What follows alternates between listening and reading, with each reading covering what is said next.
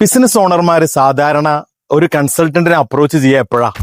അവർ നല്ല പ്രയാസം നേരിടുന്ന നേരത്തായിരിക്കും അപ്രോച്ച് ചെയ്യുക.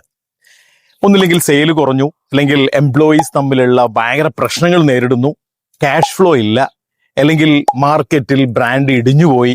ഇങ്ങനെയുള്ള ഒരു അവസരത്തിലായിരിക്കും ഒരു കൺസൾട്ടന്റിനെ വിളിച്ചു നോക്കാം എന്ന് കരുതുന്നത്.